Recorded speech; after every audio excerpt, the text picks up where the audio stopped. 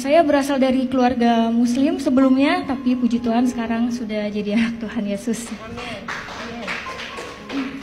Singkat cerita, sebelum saya mengenal Tuhan Yesus, saya juga sebelumnya 2019 saya sudah berangkat umroh dan bercadar juga. Ada sebagian orang yang telah menjalani kehidupan dalam Islam, bahkan menunaikan ibadah umrah, namun tetap merasa gelisah dan tidak menemukan kedamaian. Hingga akhirnya, mereka memilih untuk meninggalkan Islam, meyakini bahwa agama ini bukan jalan yang membawa ketenangan bagi mereka. Fenomena ini perlu kita renungkan dengan hati yang jernih. Apakah benar Islam yang tidak memberikan kedamaian? Ataukah ada sesuatu yang belum kita pahami dalam menjalankan agama ini?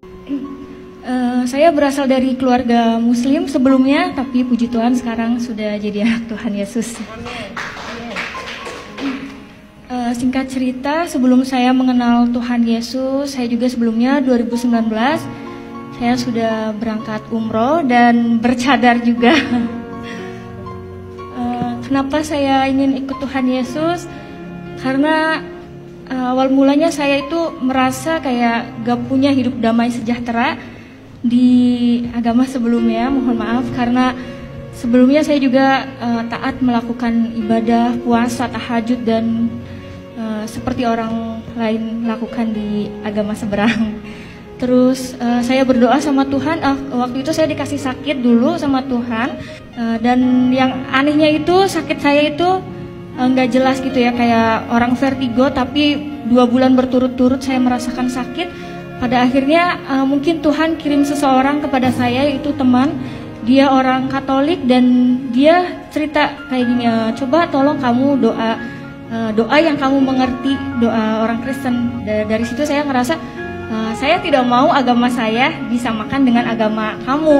Agama saya, agama kamu. Di situ saya marah dan nggak tahu kenapa semenjak pas dari situ saya kepikiran gitu. Oh iya ya, karena kan kalau doa orang agama seberang pasti pakai bahasa Arab dan saya tidak mengerti artinya gitu. Dari situ saya iseng buka-buka YouTube, lihat kesaksian orang-orang Kristen dan saya penasaran gitu, sehebat inikah Tuhan Yesus?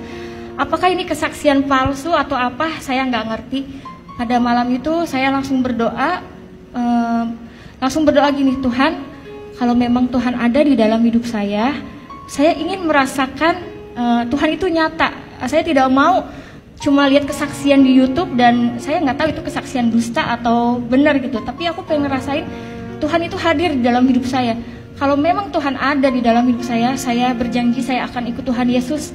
Dari situ besok pagi saya dikasih sembuh, tapi itu saya masih tidak percaya sama Tuhan Yesus karena saya masih berpikir ini suatu kebetulan aja, bukan karena Tuhan Yesus yang menyembuhkan saya. 1 minggu waktu itu 1 minggu saya diberi sehat dan saya ngerasa ada yang menggerakkan hati saya kayak kamu kayak ditagih janji, kamu tuh sudah disembuhkan sama saya. Kamu berjanji akan ikut saya. Dari situ saya penasaran dan saya mencari Tuhan sendiri. Jika seseorang merasa tidak menemukan ketenangan dalam Islam, maka bukan Islam yang keliru, melainkan pemahaman dan cara mengamalkannya yang mungkin masih belum tepat. Islam mengajarkan bahwa kebahagiaan dan ketenangan tidak selalu datang secara instan. Diperlukan keyakinan, kesabaran, serta ilmu yang benar agar seseorang benar-benar merasakan kedamaian dalam Islam. Seperti yang akan dijelaskan oleh beliau Ustadz Adi Hidayat berikut ini. Assalamualaikum warahmatullahi wabarakatuh. Alhamdulillahirabbil alamin. Wassalatu wassalamu ala Rasulillahil karimil amin. Sayyidina Muhammadin wa ala alihi wa sahbihi ajma'in wa ba'd. Saudara-saudariku, di era Nabi Muhammad SAW menyampaikan risalah Islam, terdapat beragam respon yang lahir dari aneka kelompok masyarakat pada saat itu. Ada di antara mereka yang beriman, menerima kebenaran risalah Islam, lantas memeluk dinul haq ini, dan mengerti tentang kedalamannya, rasionalitasnya, sehingga mampu mengamalkan nilai-nilai yang dibawa oleh Islam serta bimbingannya secara benar, terukur, dan meraih keberkahannya. Pun demikian, ada di antara mereka yang meragukan risalah yang dibawa oleh Nabi Muhammad SAW, sehingga masih menimbang antara mengikuti atau mengabaikannya. Di sisi lain, terdapat kelompok yang sama sekali tidak merespon ajaran Nabi, atau dakwah yang Nabi sampaikan dengan kesan yang positif. Mereka cepat mengabaikan dan meninggalkan dakwah Nabi. Bahkan juga disertai dengan tuduhan atau bahkan juga tantangan-tantangan yang melahirkan pergolakan-pergolakan tertentu sampai ke level yang bersifat menyakiti, baik verbal ataupun fisikal. Di antara mereka, ada kalangan yang tetap dengan kekufurannya. Ada orang yang di lisannya menyatakan keislamannya, namun perilakunya justru menyimpang dari nilai-nilai keislaman, bahkan merencanakan perilaku yang menentang terhadap dakwah Nabi Muhammad SAW. Dan menariknya, ada juga di antara mereka yang menyatakan keislamannya, namun masih labil dengan keislaman yang mereka deklarasikan itu, sehingga mudah terpengaruh, terprovokasi, bahkan kembali kepada keyakinan dan perilaku awal yang mereka pernah lakukan. Golongan kedua diistilahkan dengan munafik, dan yang ketiga disebut dengan kaum murtadin, jama' dari kata murtad. Irtadda, yartaddu, murtad untuk orang ya.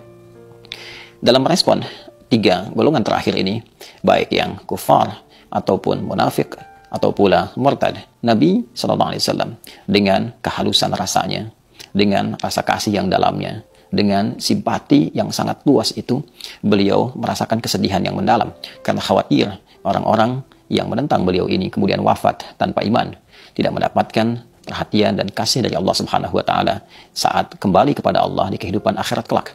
Karena yang menentukan kasih sayang, rahmat, kemuliaan, bahkan kebahagiaan di akhirat kelak adalah keimanan seseorang yang menjadi inti bekal kehidupan dalam membawa nilai-nilai terbaik dan bekal-bekal terbaik untuk mendapatkan rahmat Allah Subhanahu wa taala. Beliau juga merasakan kesedihan karena dikhawatirkan orang-orang yang cepat ingkar ini justru menggalang kekuatan untuk melukai atau melakukan pertentangan baik kepada dakwah ataupun kepada pemeluk Islam pada saat itu.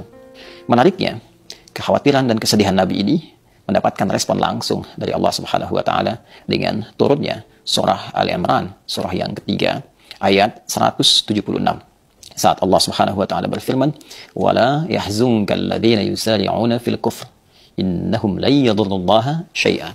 Yuridullahu alla yaj'ala lahum hazzan fil akhirah wa lahum 'adzabun 'adzim."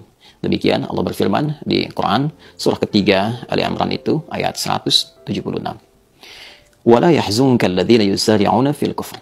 Ya Muhammad sallallahu alaihi wasallam, tidak harus respon kekufuran mereka yang cepat itu, yang menghindar dari dakwah itu, yang melakukan pertentangan itu, menjadikan engkau cepat merasakan sedih yang mendalam.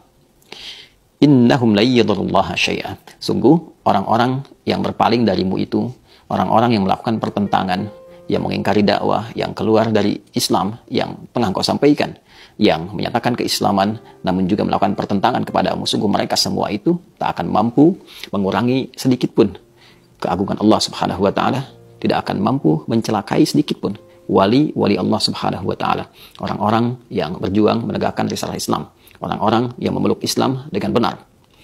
Yuridullahu alla yaj'ala lahum hazzan fil akhirah.